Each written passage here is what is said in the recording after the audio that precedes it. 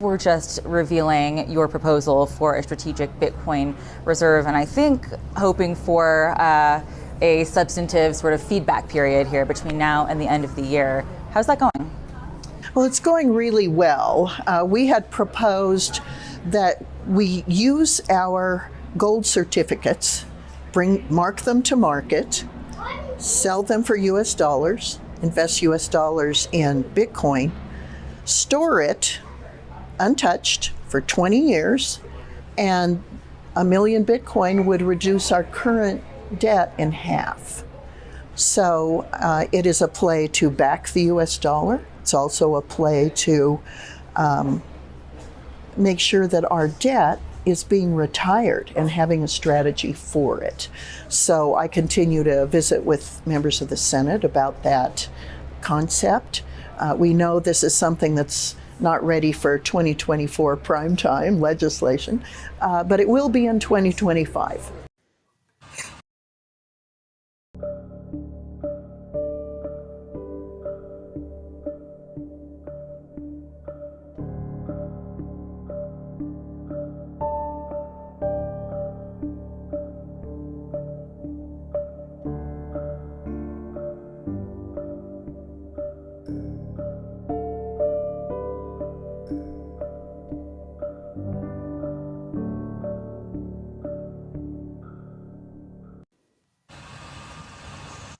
What is up, freaks? It's your host Odell here for another Citadel Dispatch, the interactive live show focused on actionable Bitcoin and freedom tech discussion. Today's date is August 28th, 2024. It's a Wednesday. It's a Bitcoin Wednesday. Today is the 10-year anniversary of prolific Bitcoin contributor Hal Finney, of his death in August 28th, 2014. I'm humbly joined here by his wife, Fran Finney. Welcome to the show, Fran. Matt, thank you for having me. And yeah, today is a very different and special in a not very good way day for me. It's nice. It's really nice to see this date being used as a way to commemorate Hal as opposed to something else. I do appreciate that very much. Well, I know this must be an incredibly difficult day for you. So it does mean a lot to us all that you are joining us. The pause there was I was having a technical difficulty, but it looks like our live chat is coming through. So it's an honor to have, hopefully, hundreds of Bitcoiners join us for this conversation. Before we get started, just a little brief context on your husband and just a tiny bit into his contributions to Bitcoin, because it's really hard to do more than just scratch the surface without going on an incredible monologue. But Hal is believed to be the second ever Bitcoiner after Satoshi. He received the first Bitcoin transaction ever a few days after Bitcoin was created from Satoshi himself. That was 10 Bitcoin. To the great mathematicians that are listening now, that's equivalent of $600,000, but it was worth not even a penny back then. And Hal almost immediately saw what the value of the Bitcoin project could be and what it could mean to the world. It's quite astounding if you go back and you read his many forum posts. I mean, he had the first tweet ever about Bitcoin when he said running Bitcoin. As early as 2010, 2009, he said this project could be the future reserve currency of the world. It could be the future currency of the world. It could be worth millions of dollars. It could provide freedom to millions of people. And it's just quite astounding how well he seemed to have seen it in such an early days. What was that, 15 years ago?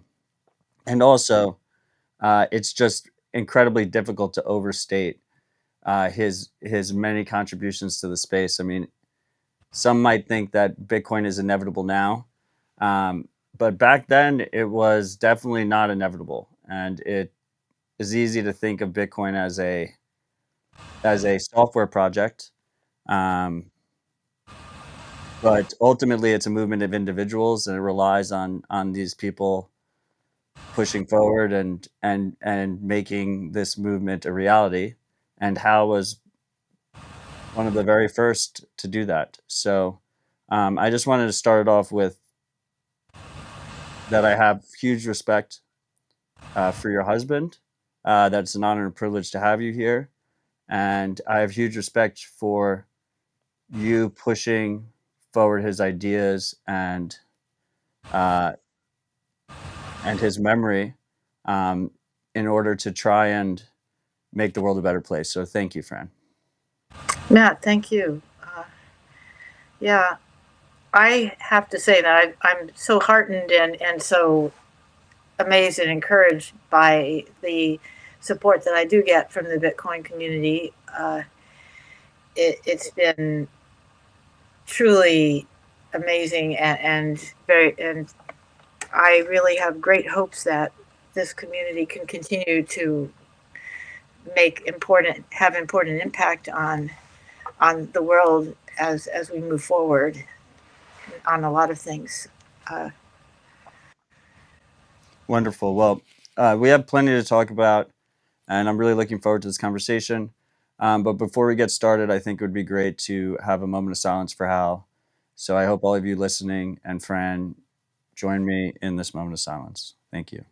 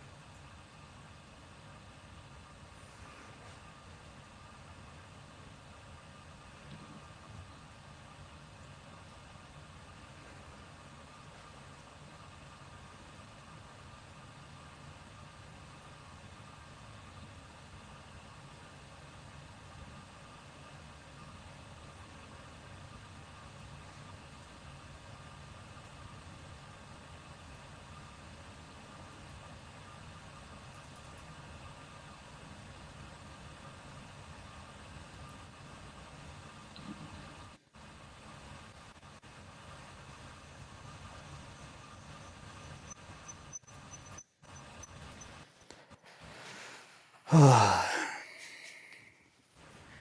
thought about waiting a whole Bitcoin block in honor of Hal. I felt like that would be fitting, but we'll have to settle for a minute. So, Fran, when, if you don't mind me asking, like, when did, I mean, Hal told was kind of telling the whole world about Bitcoin. Did he first start discussing it with you early on? Did he mention that he was interested in this crazy software project?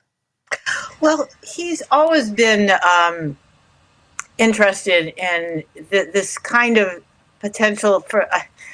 I would say that, of course, Bitcoin didn't have a name, Bitcoin, but he talked to me about a lot of his ideas about changing the way that currency was. Changing the monetary system. I have to say I'm not very technical, so I was very aware of his excitement and his interest and his realizing there was a potential to change things. I didn't really understand it though, but that was back in the 90s when he was already talking about things in that vein, way before anything became Bitcoin. I remember late 90s, 97, 98, he was talking about related programming and changes in how he could make things work with. And I can't talk to you about that, Matt, because I'm so non-technical. But I would say this was something that wasn't 2009. This was at least over 10 years prior. He was into thinking about how something like this could happen. Yeah, fair enough. I mean, I think, I Yeah. mean, you bring up a good point there, which is that a lot of people, falsely believe that just Bitcoin came out of nowhere. But there was decades of precursor projects and hundreds of people that were working on them and trying to tackle this problem before Bitcoin was released to the world. And and how is one of those people intimately involved with a lot of those projects and watching them grow. Um, so, I mean, I don't know. And while we're on, I mean, while we're on the Bitcoin topic, um, what's your relationship with Bitcoin today? Like, how do you think about Bitcoin today?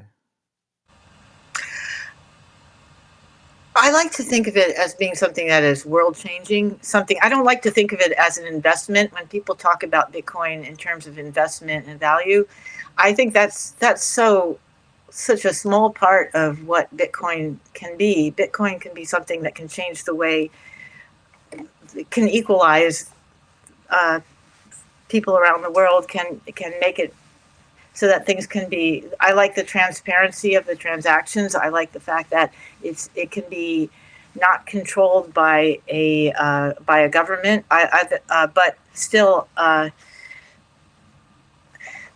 I guess philosophically, I'd like it to be utilized for the good and not for people's personal selfish gain. But I think of it as something big rather than just an investment, and its potential to do things in more towards the good rather than just giving people. I'm such a bad talker, Matt. I Fran, can't. Fran, you're doing great. Yeah, You're doing yeah. great. Um, I think of it as having a lot of potential to change the world in a good way. Let's just leave it at that. well, I think a lot of us would agree with you. I think one of the most fascinating things about Hal was that he kind of understood both aspects, right? He kind of understood um, the power of good that this project could bring about, while also at the same time, with literally very succinctly. I mean, he was calling for $1 million Bitcoin in 2009, 2010, which is, even if I was to go live today and say that Bitcoin was going to be $1 million, there like billions of people would laugh me out of the room. But but he was saying this in 2010, 2009 publicly, which is a crazy, and that's just, I just, it's something that just blows my mind. But at the same time, I think he was intimately aware of the power of freedom money, essentially this idea that people could spend and save without permission. And it's, Exactly. yeah, you kind of have to take both. You have to take both at the same time. One requires the other, which is one of the hard parts for people to comprehend about Bitcoin. While I feel like it's important to mention Hal's early insight into the potential for massive Bitcoin price appreciation, I do want to make very clear uh, that you are not, neither you nor Hal were really able to benefit from any of that, uh, Bitcoin's massive price appreciation over the years. Even I think Hal said early days that 10 Bitcoin. He might have. I think he might have even said publicly that he lost those 10 Bitcoin. But I know you have been harassed in the past in regards to people thinking that you have large amounts of Bitcoin. And unfortunately, I would say unfortunately, that's not the case, because I think me and many other Bitcoiners wish you had more Bitcoin than Michael Saylor. And I will just say that straight up. But that is not the case. So I want that to be very clear. So Fran, also before we continue on, you recently had an injury. So you will be turning off your camera briefly throughout this conversation. Do you want to share anything about that injury, or Oh, we'll just sure, leave it at sure. that? I guess I'd like to share it in a sense to draw to our to the annual running for Bitcoin. We have a Bitcoin challenge every year, and so it's going to have an impact on how I participate this year. But I'm using that challenge as a way to motivate me to get active again. But back in May, I was very unfortunate in falling from a hanging position, and I did a complex, a compound displaced fracture in my femur, and it was a pretty serious one. I'm very grateful that the people who took care of me and got me to the hospital were able to keep my circulation going and keep my nerves going. So I'm going to have normal circulation and feeling in that leg. The knee was injured, and this has been 3 months now, and I'm still working on walking without an assistive device right now. So it's kind of, it's been a slow process. I'm going to be seeing the doctor in November and possibly having another surgery. But it's doing well, and it actually only draws home to me the fact that I am getting better every day. I'm learning how I'm getting stronger every day.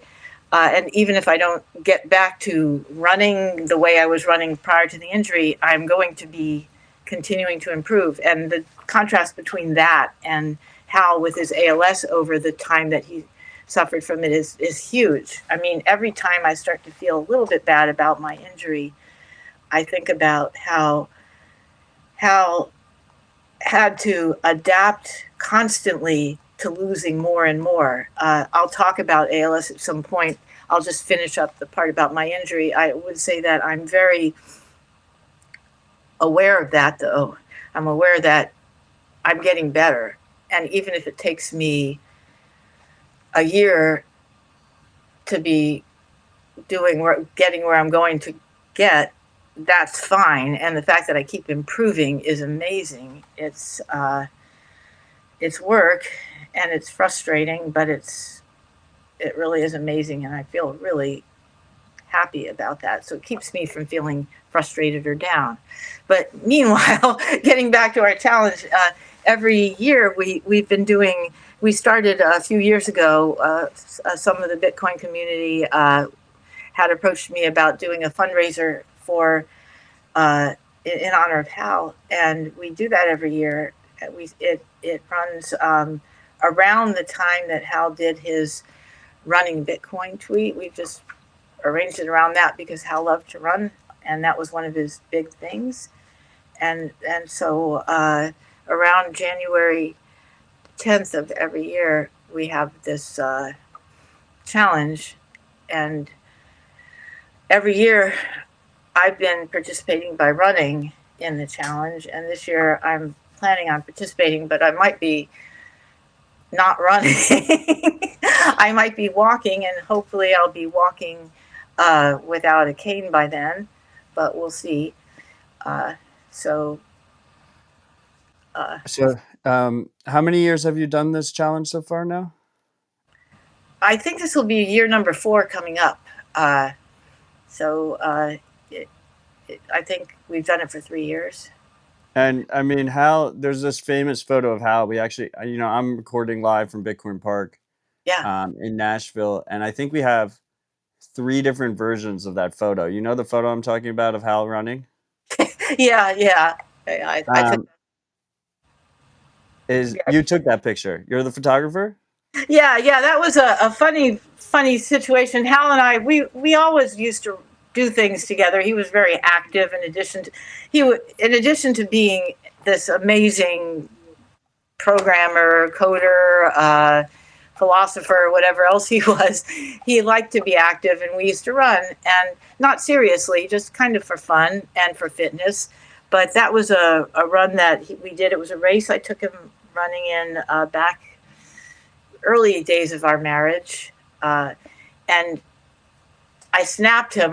He was in this race, and I was running alongside with the camera, and I managed to catch his attention, and he looked at me, and I snapped the picture. And it was just one of those old-fashioned film cameras that you had to take to be developed and everything, but I still had that print, so we made copies of it and used that for our fundraiser.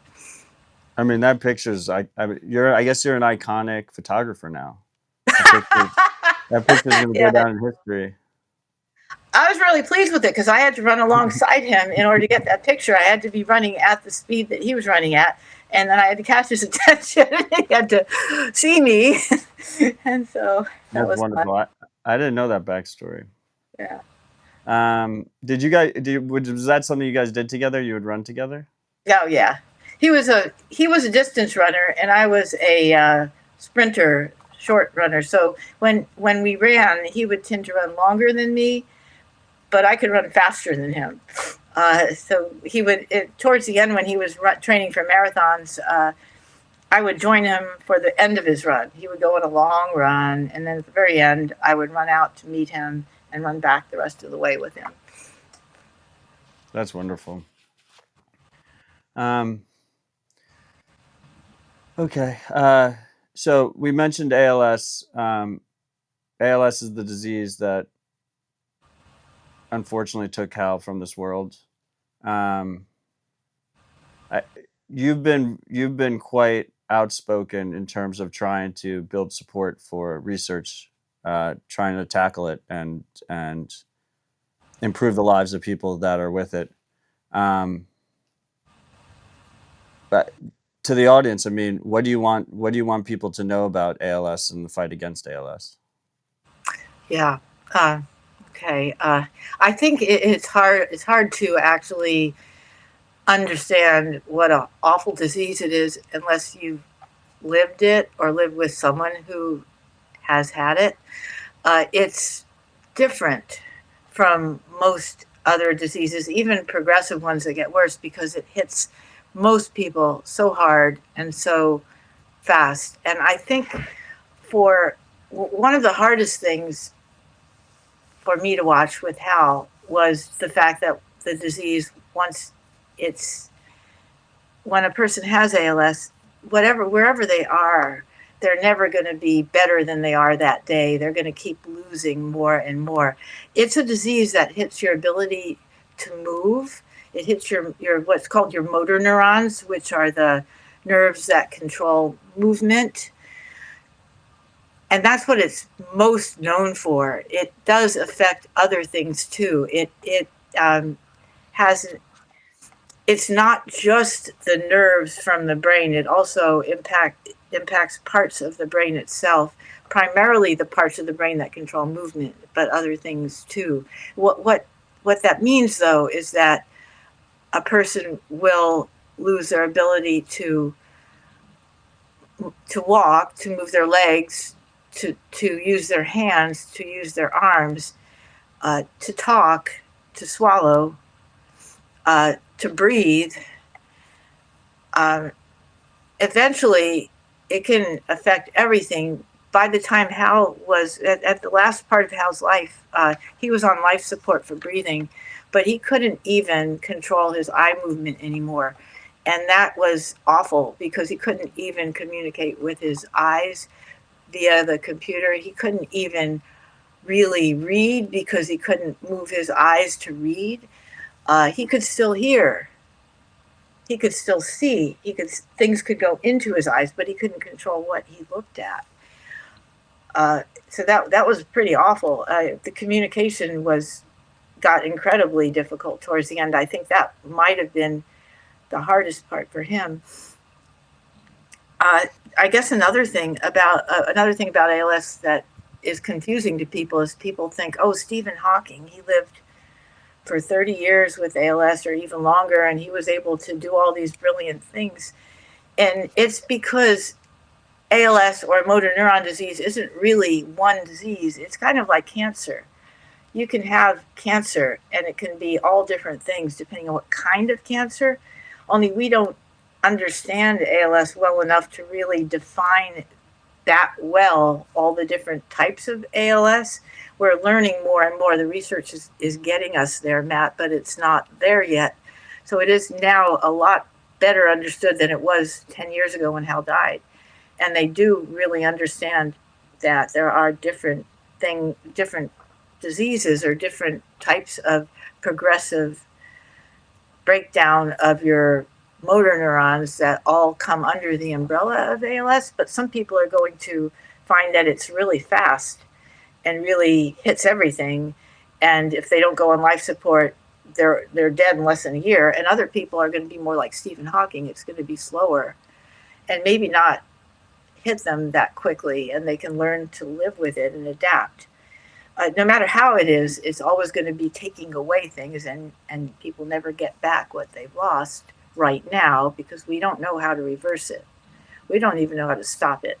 The research is starting to show people how to slow it down for some people. And that's confusing too because different types of ALS respond to different treatments, just like cancer. So it's hard with the research when we don't even know enough about what the different forms are to be able to evaluate, well, is this a significant result or not? It's helping some people. Is that just random or is it a certain subgroup? And what subgroup? And how do we figure out which people this treatment is going to help? So it's still hit or miss. They do have a few treatments that they use on everyone, and they do slow down the disease for some people, but not for everyone because it's probably not the right treatment for the people it's not working on. Fair enough. So is that almost more of a broad basket kind of diagnosis, a group of diagnoses? Yeah, I mean, I can't even imagine that. I mean, that sounds particularly brutal, the slow grind and the loss of control. Particularly, yeah, I just in general, that's just really horrible. So this running Bitcoin initiative that you do, I mean, the expectation is that people should be running anywhere. We're not all. Are we all meeting in a specific location, or are we supposed to run where we are? A great question. It's called it's the Running Bitcoin Challenge. You can find out about it through runningbitcoin.us, which is a site that is for the challenge. But it's global. We're not focusing on an area. People can run, walk, do whatever they want, and any donations are appreciated. And the donations are all going to ALS research. And in fact, we're doing this challenge with the help of the ALS network. And I wanted to mention that because the ALS network set up a special fund just for the challenge, and people can also donate to that fund separately of the challenge. And it's the name of the fund is the Hal Finney ALS Research Fund, but it's 100% of the donations are going to ALS research. So I'm really grateful to be able to do that. And I'm actually able to oversee where the donations are going so that I'm going to be able to look at the potential research projects and help evaluate which ones would be good for that. I like that. I'm not currently a research scientist, but my background in education was in neuroscience. I was in a doctoral program there, so it's kind of I do have background in that area, and I can be pretty critical sometimes in looking at research projects and verifying that they are in fact reasonable and going in areas that are going to be useful and helpful and productive. And that's really wonderful.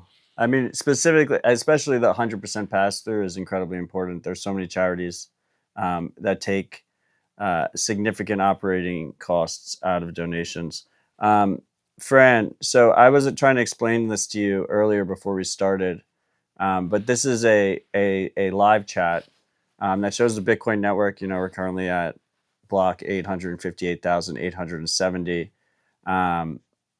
which is, I mean, yeah, 858,869 blocks since Hal joined the network. And we have this live stream here. We have the live chat here where we have a live audience from around the world. It's powered by a network called Noster, which is a censorship-resistant, global, permissionless, interoperable text communication network, similar to Bitcoin in a lot of ways, but in terms of communication. And it has Bitcoin payments built in. So people are sending Bitcoin from around the world. Freaks, to everyone in the audience, if you send Bitcoin during this episode, whether it's through these zaps or if it's through Podcasting 2.0, we will be donating all of those proceeds to this organization that Fran just introduced to us. So keep those sats flowing, and we will get them to a very important cause. Fran, what do you how do you think Hal would react to this being possible? This being a thing that's even possible. Oh, he would love it. He would love it. Yeah. He was very much for freedom of communication, so the network would be something he would be really enthusiastic about. And I'm just reading some of this live feedback now, and I just want to thank everyone for your comments and your donations. I've mentioned before, and I will mention here again now, that I think there's with the fundraising, with this fund that we have, all of this, I'm really hopeful and optimistic that the Bitcoin community can be a fundamental part, really key in finding a cure for ALS, and that would be spectacular. Hal would, of course, be rapturous if he was aware of that the Bitcoin community, which is a result of something that he helped to create, in a sense, were the ones that were fundamental in finding this cure. It'd be fantastic. It'd be amazing. Well, I hope we can do that for him, and I hope we can do that for you. We see the donations rolling in. Pretty beautiful to see. Fran, we have a question from the audience, and obviously, freaks, as always, feel free to put your questions and your comments in the live chat. If you are watching this on YouTube or Twitch, the Nostr live chat is at citadeldispatch.com/stream, and you don't need Nostr to join us. It can just quickly make you an account with no personal information required. We have Lionel Coinbank asking, how does Fran want Hal to be remembered?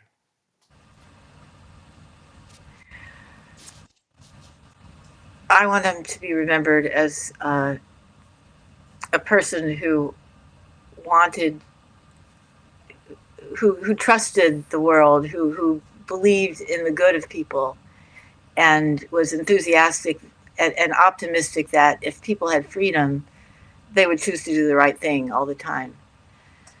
He really was that way. It was amazing to be with him, but I'd like him to be remembered that way, as someone who believed that if people were given the tools and the freedom, the world would be better, and the world was going to be a great place.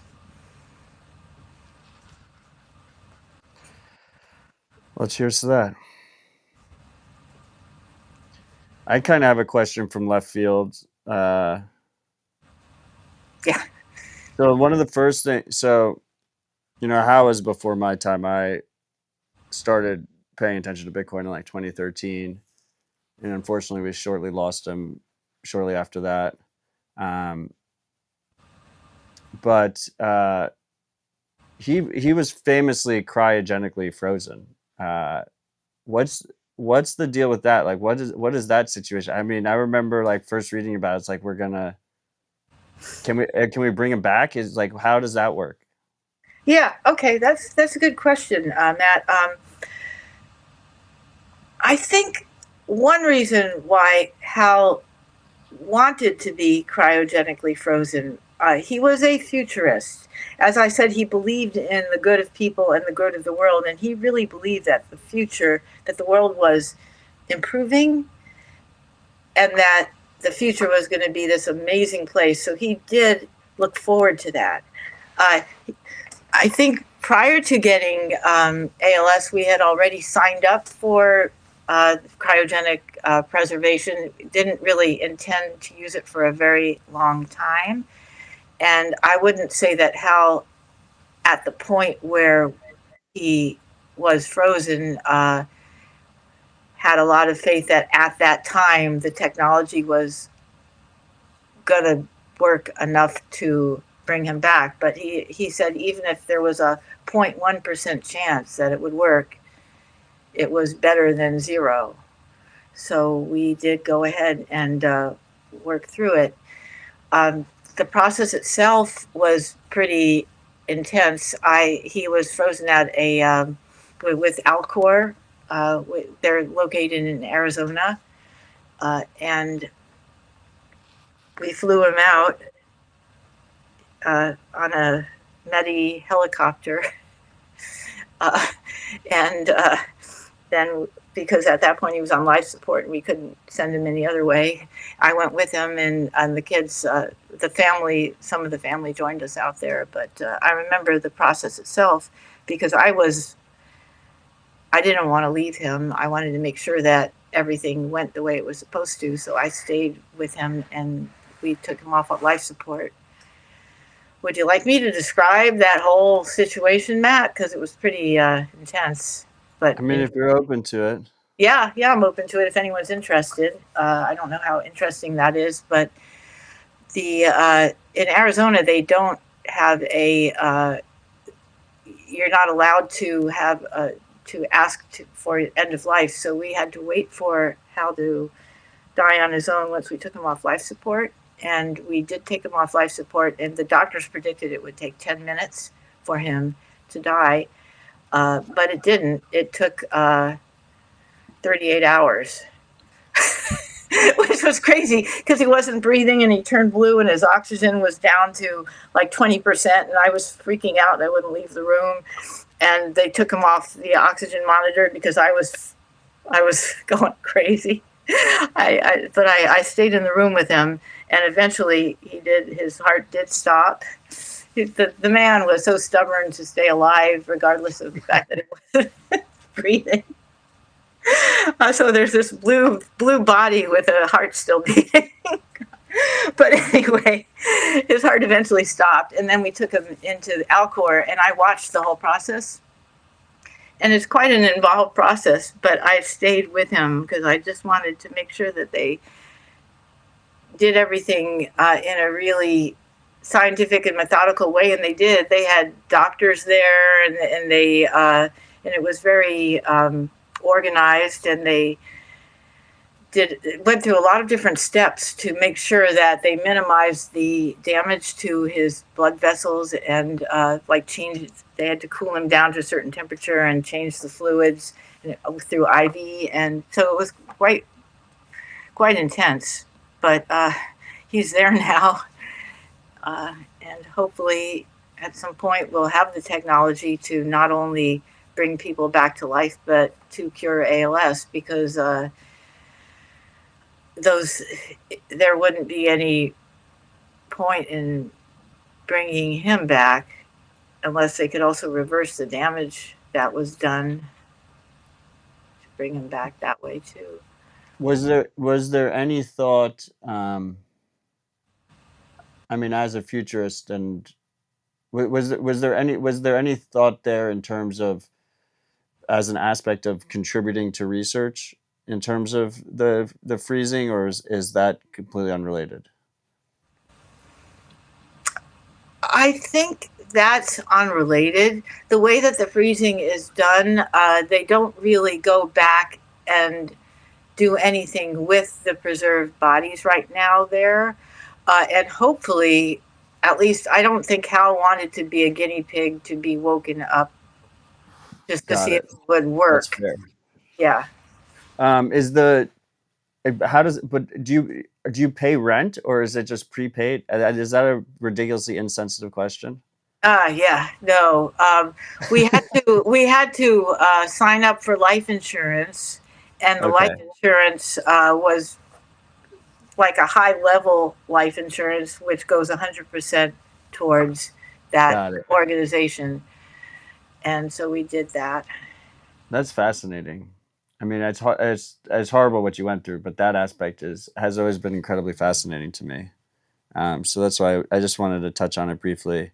And in terms of I would just say to the audience, like, you should look into the rabbit hole that is the end of life care in this country and globally.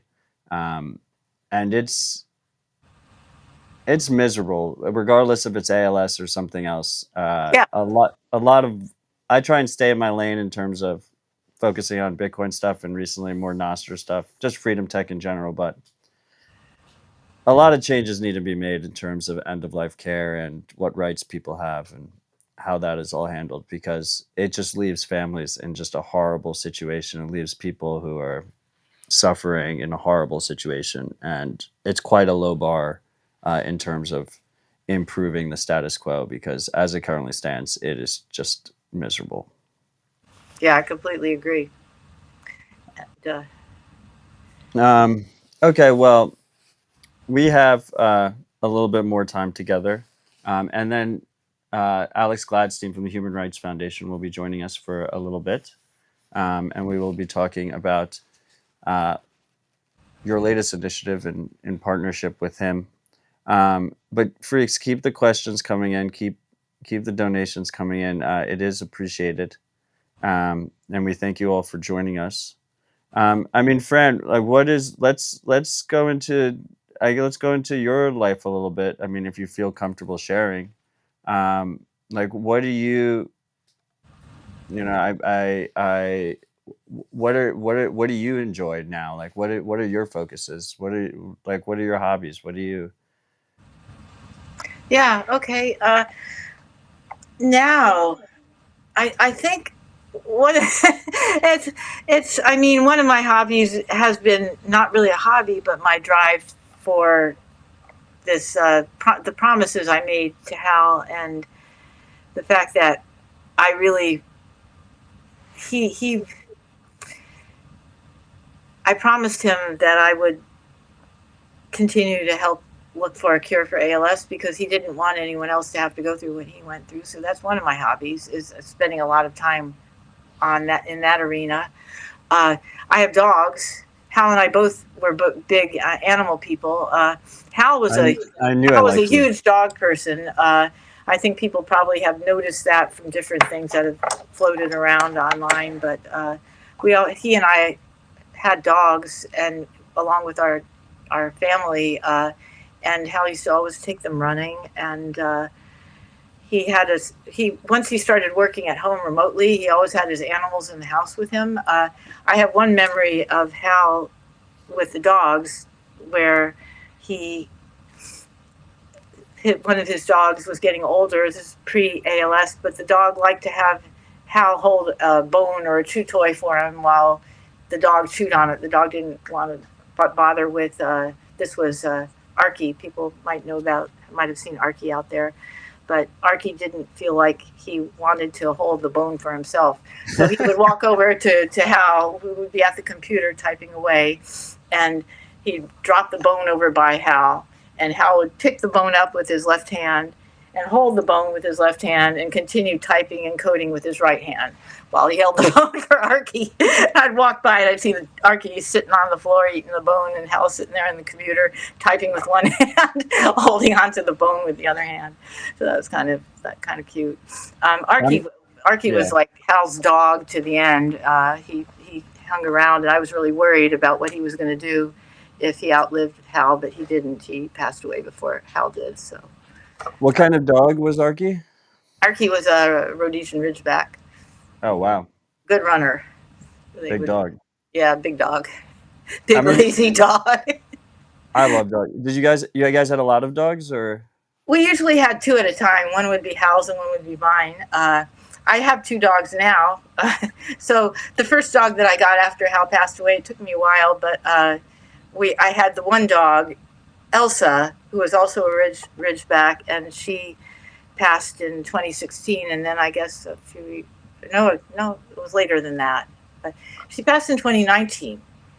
And then in 2020, I got my first replacement dog, and I named this dog, this is Amy, I named this dog after Hal's childhood dog, who was named Amy. So that was kind of, so that's my Amy, and then I have a second dog now too, so. Yeah, I will say, as we have 3 dogs in my family, and the jump from 2 to 3 is quite significant in terms of energy consumption. But that's wonderful. I mean, I love this going down memory lane. What other memory, when you think about Hal, what other memories do you have that you could share with us? I guess the other thing, besides Hal being a coder and being on the computer, is it just how he always wanted to be doing a whole bunch of things all at once. It seemed like he had multiple projects going on. He loved to take the kids hiking. We would take the dogs and kids hiking. It was like a big family thing. If there was a weekend and we weren't doing something, he had to figure out something that we could do. Go to the museum, go hiking, take the dogs out somewhere. Uh, and if no one wanted to do anything, then he was going to go out and do something. So he was just Mr. I need to be busy doing 5 or 6 projects at once. He also liked animals in the house. So I remember at one point, before we got the Ridgebacks, we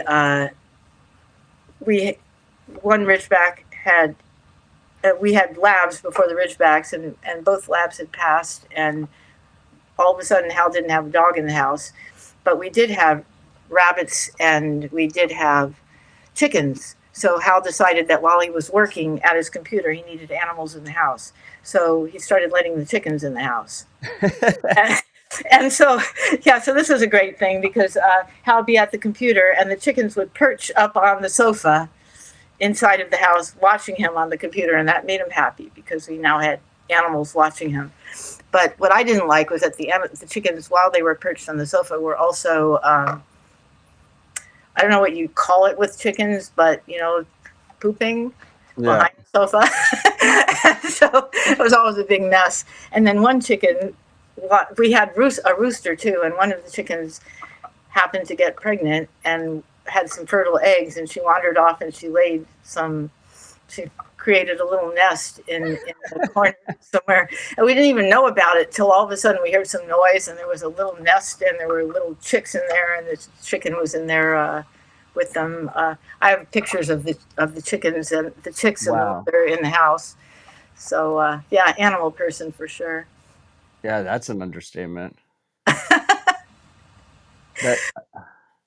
Yeah, he was, as you can see, he wasn't a cleanliness freak at all. So we could have animals running around. We could have chickens and rabbits in the house, and it didn't matter.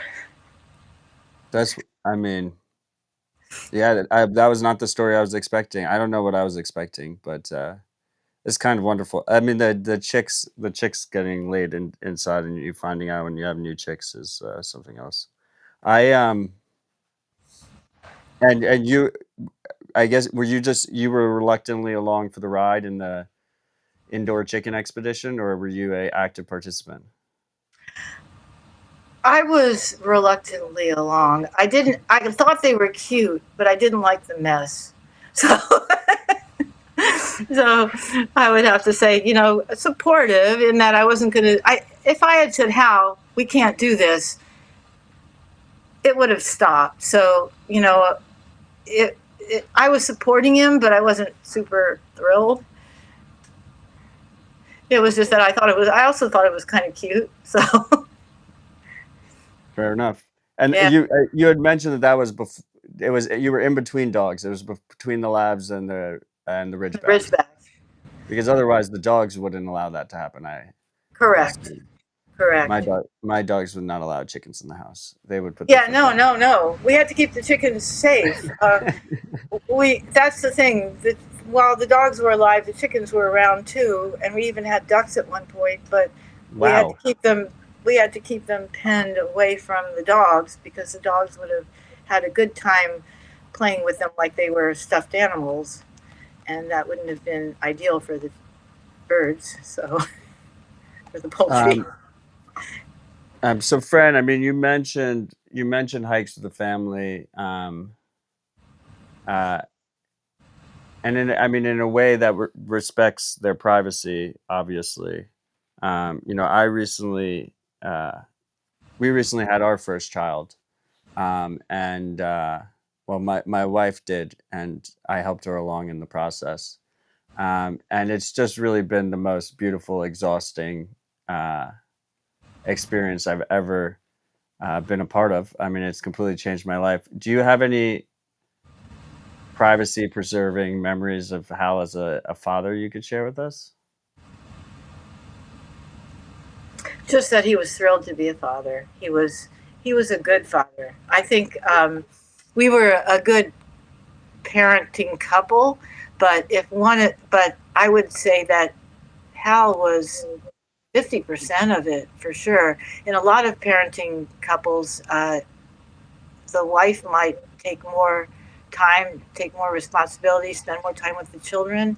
And I think that if I were to ask my children, they would say that their dad was at least as involved as I was. We were both working, but we were both also there. We managed to split our hours so that at one point when I was a physical therapist, I would leave the house early while the kids were still in bed. Hal would get them up, he would give them breakfast, he'd take them to school, he would get to work, and then this was before he was remote. They were little, and he had to drive to work and actually work at an office. And then I would be done with my work and pick them up from school. And then he would come home and we would both do things together. So we were both involved that way. And Hal was the one who did all the exciting things, who said, hey, let's go to the museum. Let's do this. Let's do that. I was the more of the boring parent, I would say. Hey, I wanted to say before Alex joins us, I did want to get back just a minute to the Running Bitcoin Challenge, because I didn't talk about it too much, Matt. Let's talk about it. Yeah, I The just floor is wanted yours. because one thing that is that we are looking for anyone who wants to be a corporate sponsor, if they want to check out the runningbitcoin.us, because that's appreciated, and I know the members of the committee are actively looking for that. I have an example on the back of my shirt. It probably doesn't show. I'll make you big. Oh, wow. That's Yeah. wonderful. So those are last year. Got it. Yeah. And so is there like different how much does a sponsorship cost? Are there different levels? I assume all the money goes to ALS research. Yeah. I would say just go to the website, runningbitcoin.us, and they have all the info there, because I'm not the expert on that, but I think it can be any level, and I don't know what the levels are. And is it only Bitcoin companies that support you, or is it have you had non-industry? I assume you've had non-industry businesses support as well, right? I think this one is pretty much Bitcoin, but again, I'm not sure. One of the things is that we do accept donations in U.S. funds or other funds, as well as Bitcoin, but we do get a lot in Bitcoin, and I think that the ALS Network, which is the group that I'm working with, they were the first, and maybe still, they were the first group to start accepting. I know that, to accept any kind of cryptocurrency, and they're specifically Bitcoin. So that's something. Yeah, Do you have very anything? supportive. Yeah. Is there? So we can donate if we run a business, or if we're individuals, we can donate and contribute that way. Yeah. What else can we do? Is there They anything can else? also, if they're interested in just being enthusiastic and spreading the news and running, that's possible too. And there are actually runs throughout the year that some of the people are Team Satoshi and some of the other groups are doing, just to celebrate the running Bitcoin, and so that's even possible. So just actively participating, either the activity, donations, just spreading the word that this is a way to maybe try to come together and find a cure for ALS. Wonderful.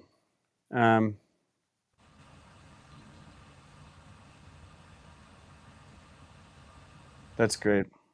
You're really committed, Fran. I mean,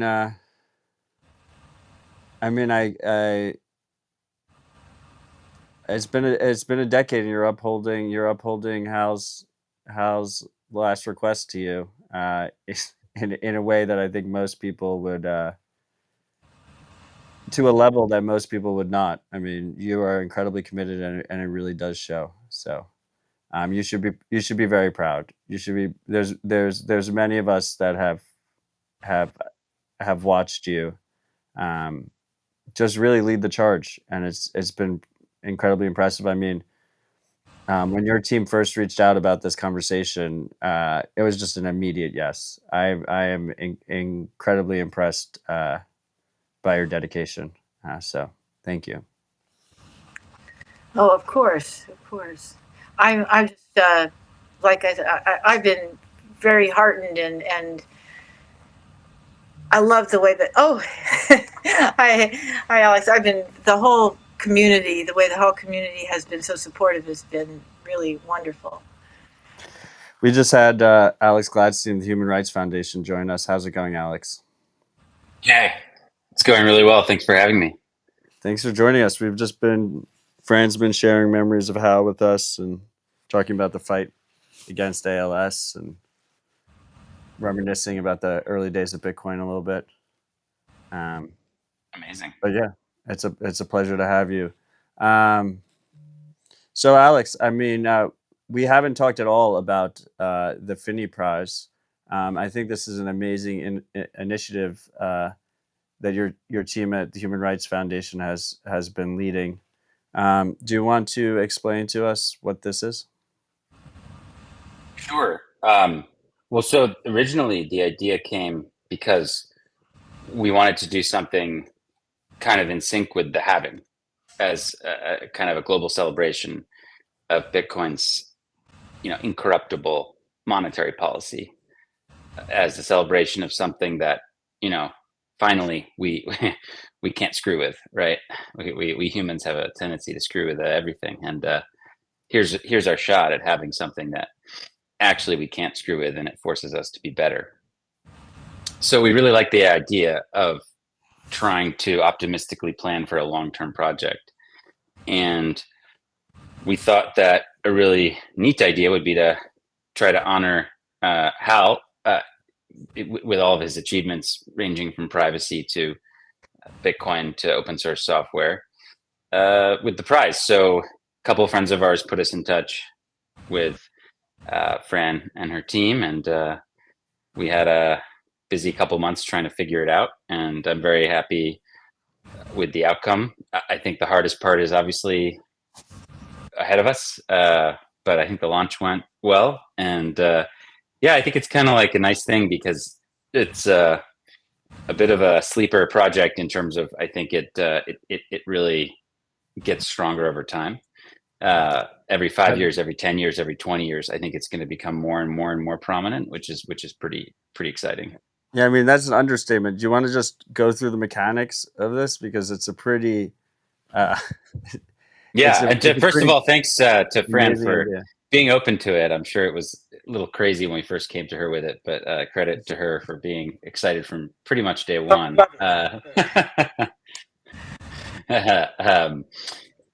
So we thought what would be cool was to take advantage of the information asymmetry around Bitcoin. And, we have been fortunate enough to have some donations come in Bitcoin to the Human Rights Foundation over the last few years. And we thought it would be neat to kind of work off the one Bitcoin is one Bitcoin meme, not denominate the prize in dollars, and simply just give 100 million sats for every laureate. Now, the prize, which you can read more about at finneyprize.org, just to give a high-level overview, basically is supposed to go to the person in each halving era who does the most for Bitcoin and human rights, sort of simply. Now, there's more context to that about all the things Hal did in terms of both contributing to code, contributing to the Bitcoin community, contributing to the world's understanding of Bitcoin. So we're probably talking people here who are a bit of a Renaissance man or woman or group, potentially, who are doing a bunch of different things, like Hal, probably. who are contributing in different ways. But the general idea is like someone who's really got that cypherpunk ethos, cares about privacy and individual liberty. And Hal was the obvious choice for the first era, which, you know, essentially was from inception until 2012, right? So first prize went to Hal. The Finney family decided to direct the monetary portion to a deserving participant, which is I don't know if Fran, you've already touched on that, or should we discuss? I assume you've discussed that, right? Given the 28th. No. Yes. I did sort of. I didn't. I was holding off on talking about Finney Freedom Prize, so I talked about Perfect. I'll let you. Yeah. I'll let you add color to that after my overview. But basically, we've already started something amazing with the first prize, which is super, super cool and beyond any of our expectations.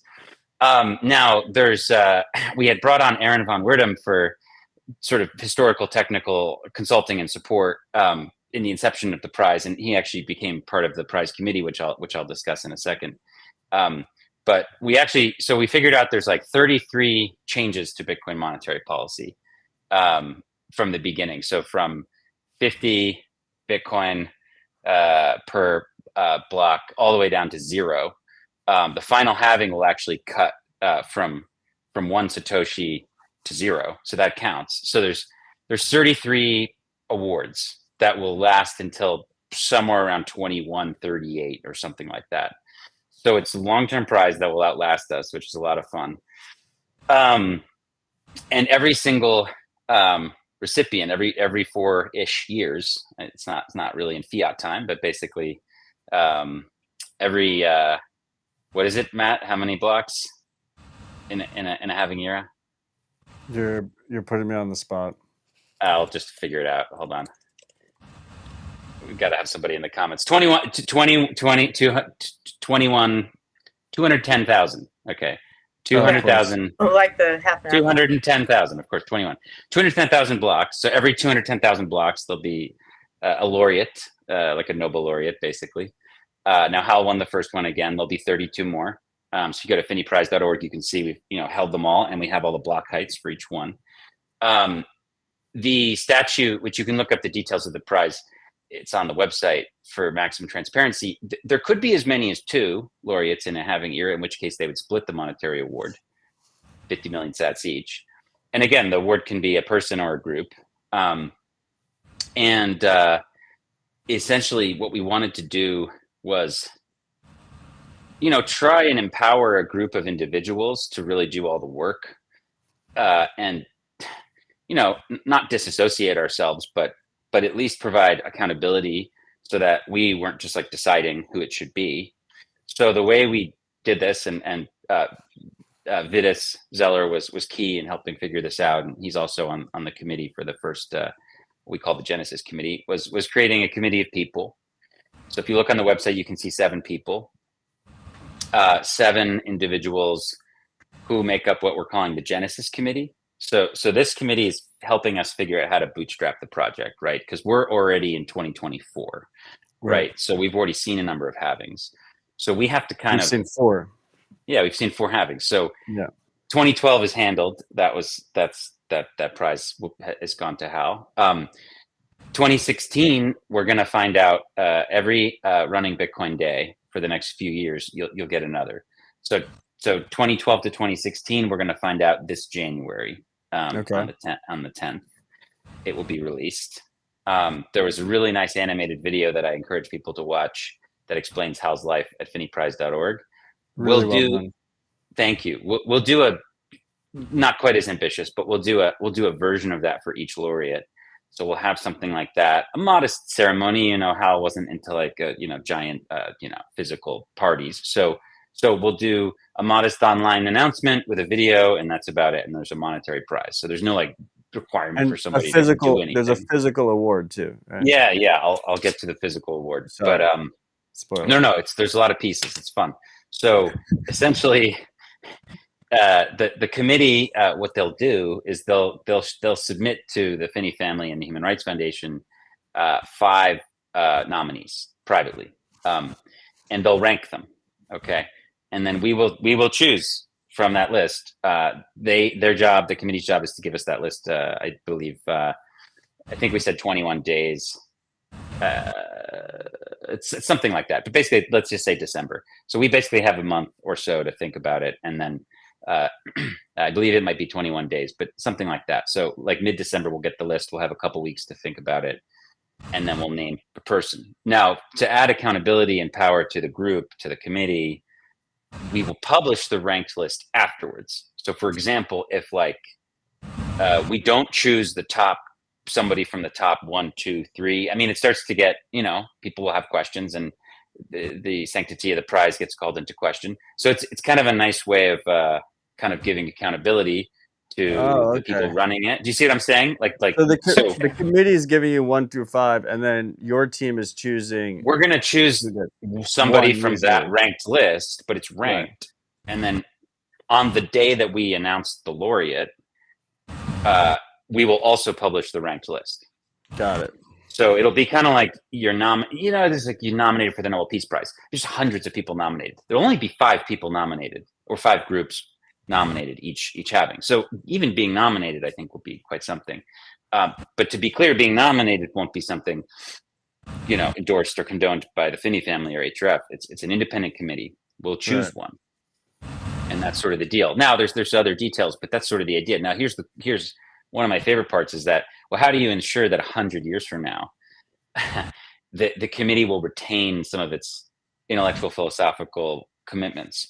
Well, the idea is once the Genesis Committee's done its job, which will be complete by 2028. So essentially, the idea is 2012 to 2016 gets announced this coming year, 2025. Then 2016 to 20 gets announced 2026. Then 2020 to 24 gets announced 2027, and then we're on track.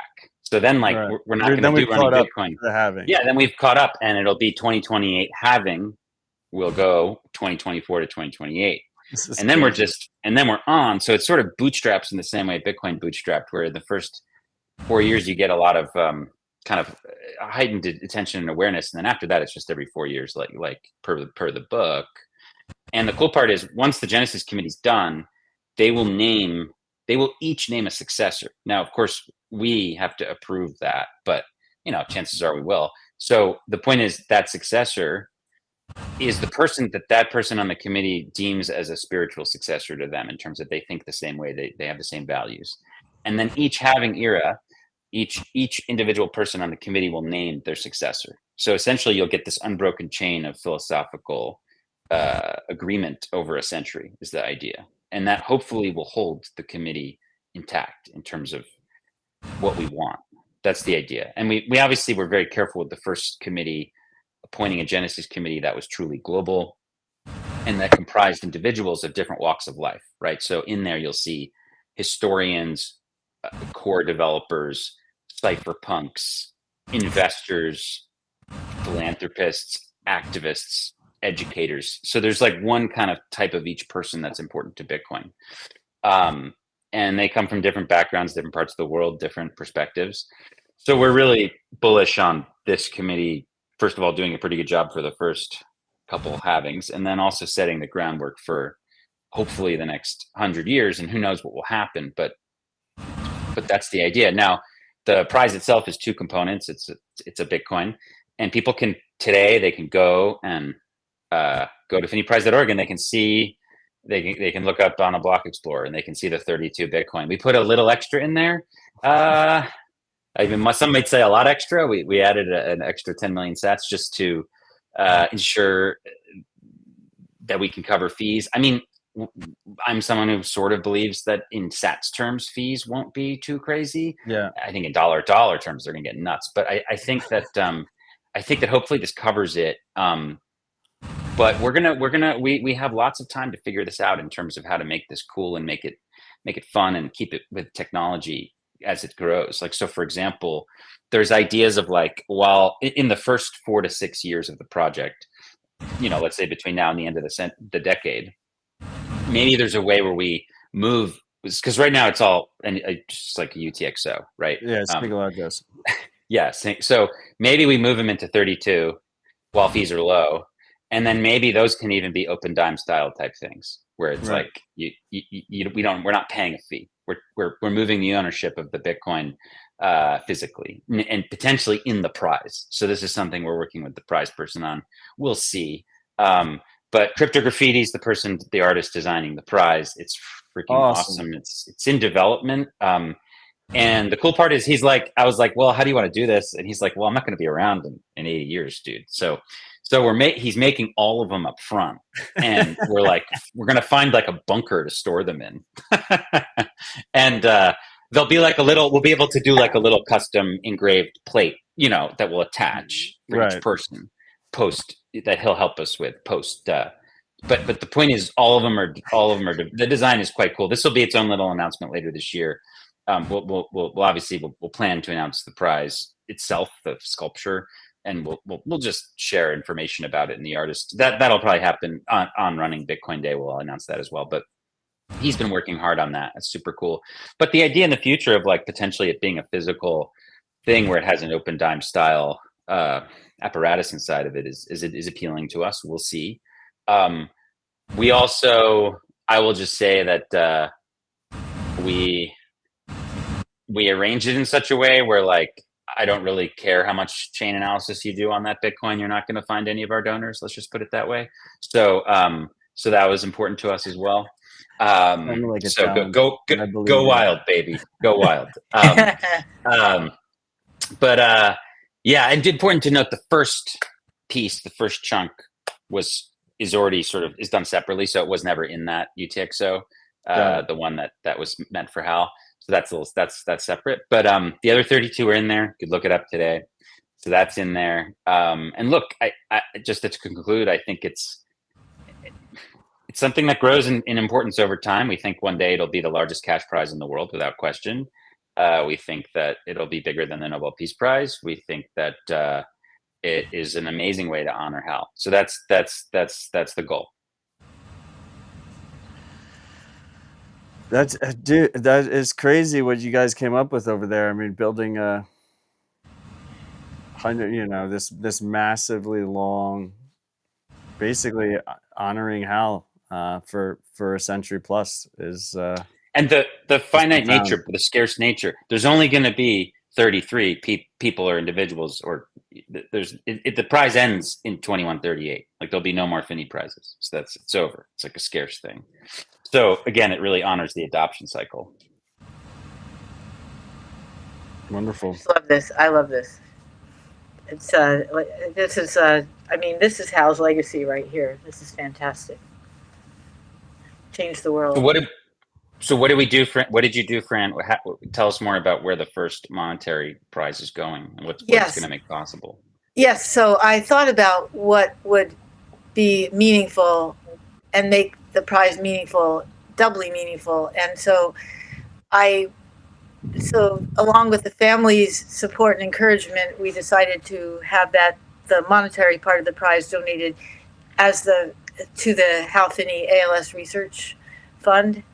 So that's actually the first chunk that's going in there, and that's what's starting that fund that I mentioned earlier. And then from there on out, the people can funnel things directly into that fund.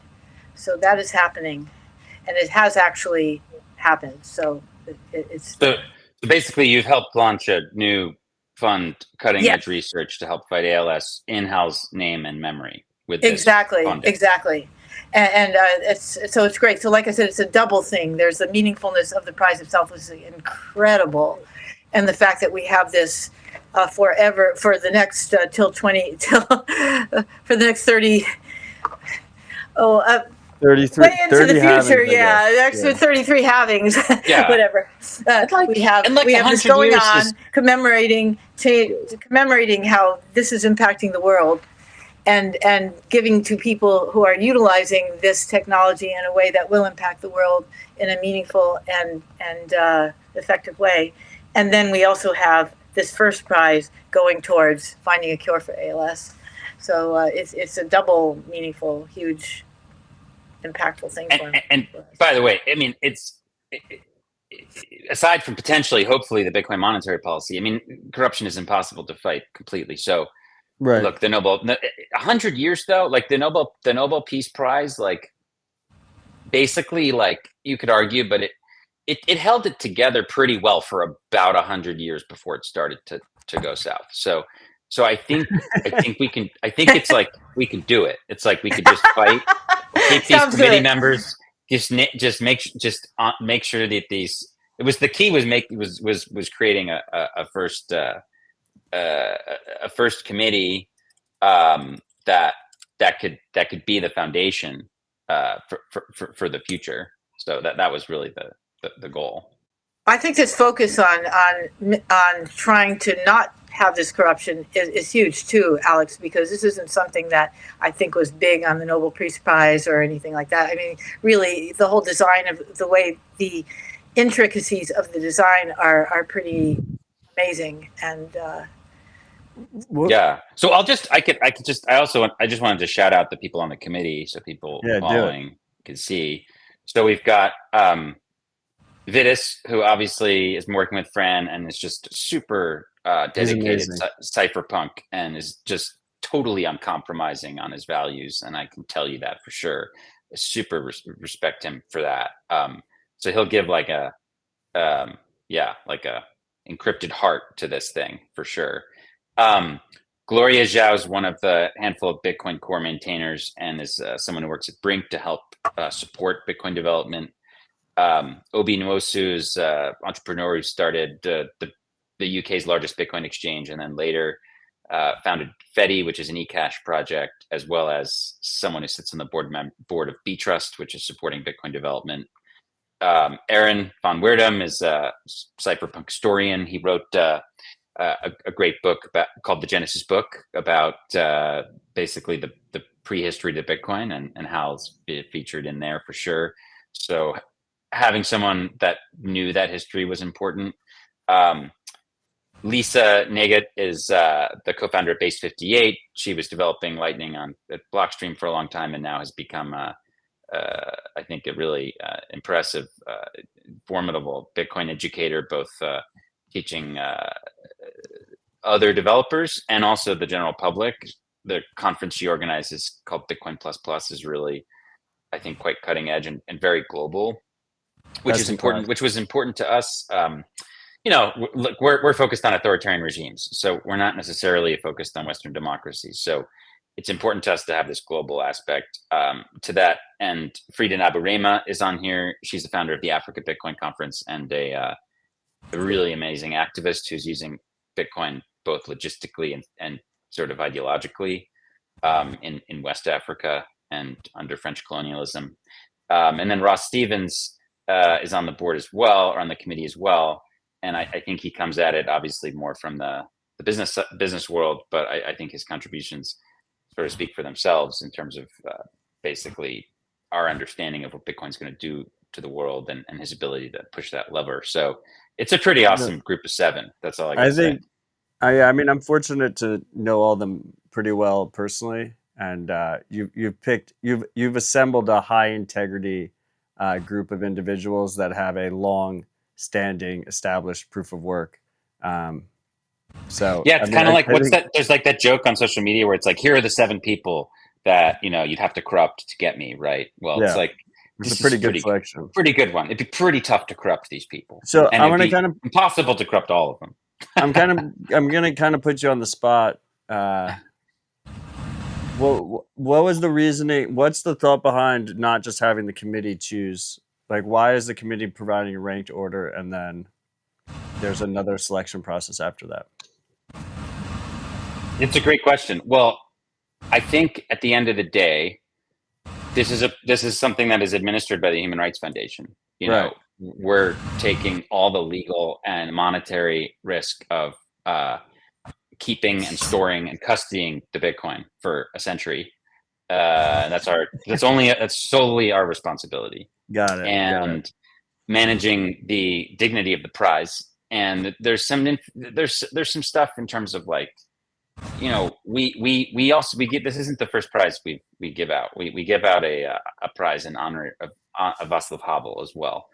And we've been doing that for for more than a decade. We've been doing that since 2012, and we give out a prize for creative dissent.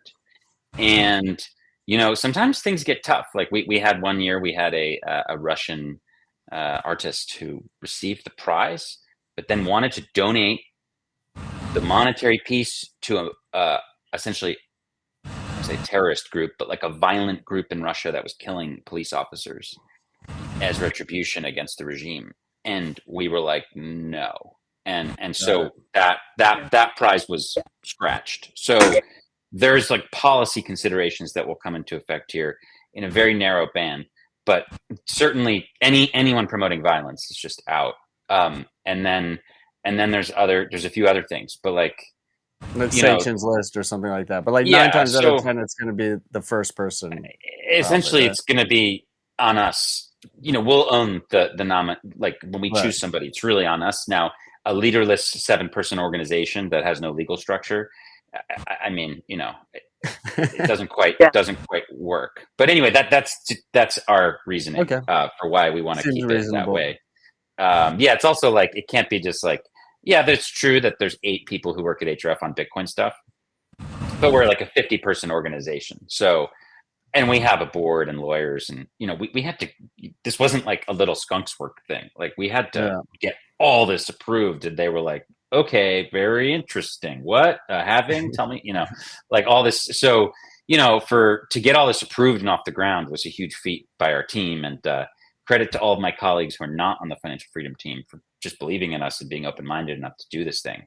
But they were basically like, we need to reserve the rights to make the final decision if we're going to be custodying. I don't know, do the math on what is 32 Bitcoin for the next century. But in 2138, I don't know how much that's going to be. Well, we're only going to have 1 Bitcoin left in 2138. It might be more than the 33 that we currently have. That's going to be so crazy, the final Bitcoin halving. I mean, but anyway, who knows? We'll be around to see it. Okay. Maybe. Hopefully our kids will be around to see it. So wonderful. Yeah, thank you though. I think that's a great way to honor him. It's hard to imagine a better way. So cheers to you guys. Absolutely. It's actually for me, it's given me so much direction. I feel so much better. I can't thank Human Rights Foundation enough for doing this. I'm so honored. I'm so deeply honored. It gives Hal's life real impact and meaning, and I love that. Well, we couldn't be happier, and thanks for having us on to talk about this, Matt. Really appreciate it. Yeah, no, I mean, when Fedis reached out to me, like I immediately said yes, absolutely, of course. Alex, I mentioned this before you joined, but we are donating everything that was received via Zapstream during the show. It looks like it's like a humble 75,000 sats. So it doesn't quite hit the same level, but I guess every sat matters. So we appreciate you freaks who donated Thank you guys to this wonderful organization. Amazing. During the show. Fran, I'm not your doctor, but I feel like you've been sitting for too long. I have. We were talking about my injury earlier, Alex. So my wonderful fracture. Yeah. So thanks. Do you have any final thoughts for our audience before we let you go? Well, I'm just really happy that you had me today, and this gave an upside to this kind of grim date. And Alex, thank you so much for joining in and filling in, because I can't say how much that has added to everything here. And thank you, Matt, again. I mean, and audience, once again, Bitcoiners, I'm hoping that we can get together and make a difference in the world, and it's a good difference. We're going to change the world for the better, and it's going to be for Hal. Exactly. Thank you, Fran. Thank you, Hal. Thank you, Alex. See you later, freaks.